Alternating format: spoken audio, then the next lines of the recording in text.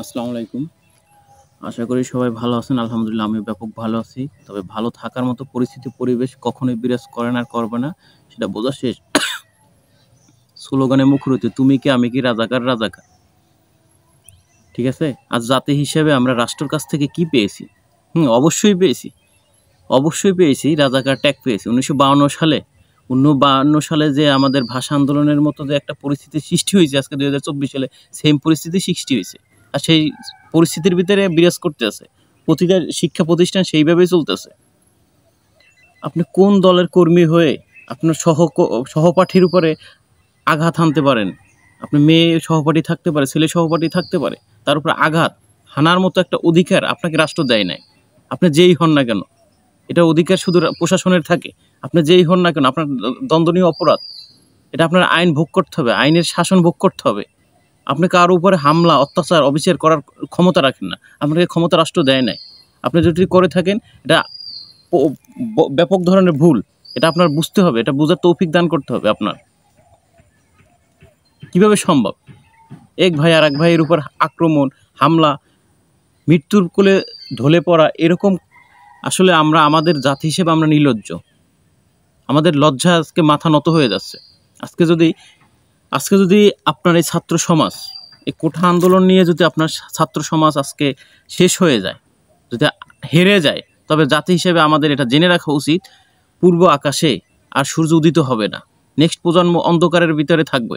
তাদেরকে আলোর পথ দেখানোর মতো কোনো লোক থাকবে না। আজকে হয়তোবা ভালো পোস্ট পজিশনে ভালো শিক্ষিত মানুষ অবস্থান করতেছে, কিন্তু আজকে যদি ছাত্র সমাজ হেরে যায় তবে মনে রাখতে হবে নেক্সট প্রজন্ম কিন্তু ভিখারি ছাড়া আর কিছুই হবে না। হয়তোবা কোনো রাষ্ট্রের গোলামি করে বা কোনো পার্শ্ববর্তী রাষ্ট্রের গোলামি করে বেঁচে থাকতে হবে, কারণ নিজেদের মেরুদণ্ড হারানোর পরে আসলে আমাদের কোনোভাবেই বেঁচে থাকা সম্ভব হবে না। আজকে রাষ্ট্র যে পরিমাণে হামলার শিকার হচ্ছে ছাত্র সমাজ, এটা আসলে মানা যায় না। একদম রিস্কালাও মেনে নিতে পারতেছে যে রাষ্ট্রের সংস্কারের কাজ চলতেছে, তাদের যে উপার্জন কমে যাচ্ছে এজন্য তাদের হাই হুতাশ নেই, হাই হুতাশ করে না।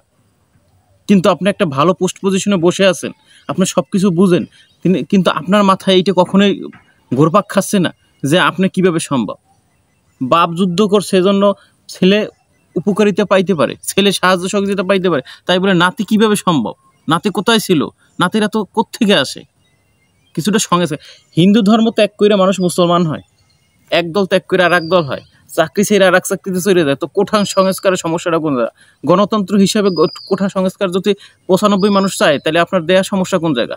আমাদের দেয়া উচিত, এটা আমাদের নৈতিক দায়িত্ব, মৌলিক দায়িত্বের ভিতরে এটা পড়ে যাচ্ছে। মানুষের যে মৌলিক খাদ্য, বস্ত্র, বাসস্থান এইগুলোর ভিতরেও এটা চলে যাচ্ছে।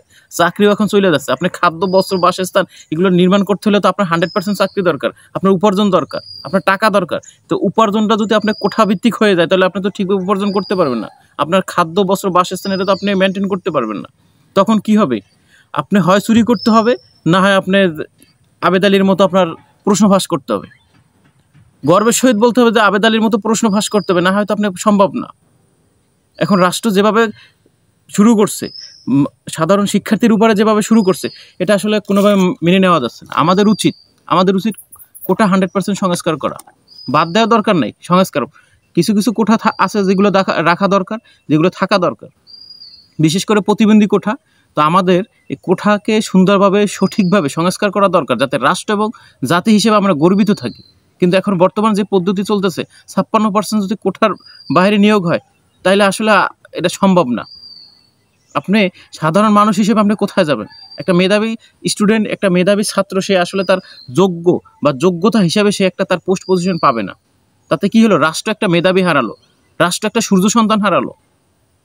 রাষ্ট্রে আর সূর্য সন্তান হয়তোবা জন্মগ্রহণ করবে না, কিন্তু এখন যারা আছে তাদেরকে আসলে সেইভাবে তাদের সেই পদ পজিশন অনুসারে তাদেরকে নিয়োগ দেওয়া উচিত। এই কোঠা দিয়ে একটা সাধারণ শিক্ষার্থীর কোঠা দিয়ে তাদের যে মেধা শক্তিকে ক্ষুণ্ণ করা আসলে আমাদের রাষ্ট্র হিসেবে কোনোভাবে মানা যায় না।